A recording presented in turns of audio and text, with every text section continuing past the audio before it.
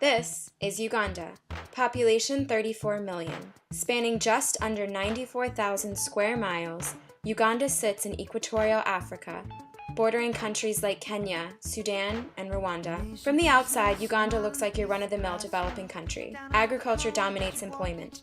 Markets are unstable, and a large part of the population lives below the poverty line. While new industries and ideas are rapidly finding their way into Uganda, its political system is young, and like many other things, on the verge of developing into something else. A tourist visiting Uganda for the first time may have a hard time separating it from the label developing country. A CLIP student visiting both Uganda and Africa for the first time may have a hard time separating Uganda from the labels and stereotypes surrounding both. The Uganda I pictured prior to our arrival was a strange mix of news clips, UNICEF ads, documentary specials, movies like The Lion King, really anything and everything I'd ever seen surrounding any African nation. One could say that when I got to Uganda, I had a difficult time processing what I saw. I had gone in saying I had no expectations, but in the back of my mind had prepared myself to see something resembling my obscure definition of a developing country.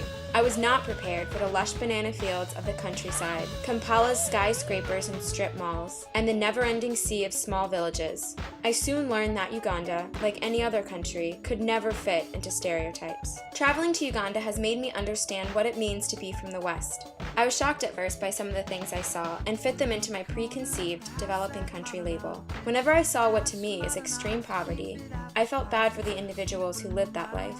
When I saw that we didn't have toilets or showers, didn't see paved roads with traffic signals, and saw policemen patrolling the streets, I let those play into that label. They were, after all, some of the things I had seen on TV. For many tourists, I guess that's all we would see. However, as I spent more time in Uganda, I realized that there is so much more. Uganda, like the US, is a place filled with juxtapositions. Extreme poverty sits alongside extreme wealth. In Uganda, huge homes sit next to small shacks, and modern ideas develop alongside old ones. In Masaka, I was exposed to Ugandan suburbia, a quiet country life, and more traditional values. In Kampala, and through my interactions with Hawa, a young student photographer, I was exposed to Ugandan city life, modernity, and youth culture. As I spent more time in Uganda, I began to see that it is not as developing as I thought it was. When I first arrived, I looked at everything Ugandans did not have that Westerners did have as things that were too expensive or unattainable. I soon realized that different nations value material possessions differently. My host family did not have a bathroom, but could have easily afforded one. While life in Uganda may seem extreme compared to the lives we lead here, standards of living are more different than inferior. Traveling to Uganda showed me how resourceful some people are. In the community, the villagers didn't have a lot, but made do with everything they had to construct the harvesting tanks and tippy taps. So often in the US, we are wasteful or don't complete projects because we may not have something. Not having something didn't stop the community members. The volunteers built ladders when they needed them, shared tools, and really seemed to understand the value of both the hammer and nails used to construct the projects and the impact these projects would have on the community members. In this way alone, the community seemed far more developed than some communities in the United States. Uganda shocked my system. In the US, I'm afforded many luxuries, some of which are not present in Uganda. However, I now realize that I am also babied and let myself grow to feel so entitled to certain material objects, or even basic necessities like water, that I disregard the struggle so many face to obtain the same thing. Water, balanced meals, education, healthcare, and gender equality are just some things that I take for granted. While they exist in Uganda, many people have to work extremely hard to even come close to attaining them.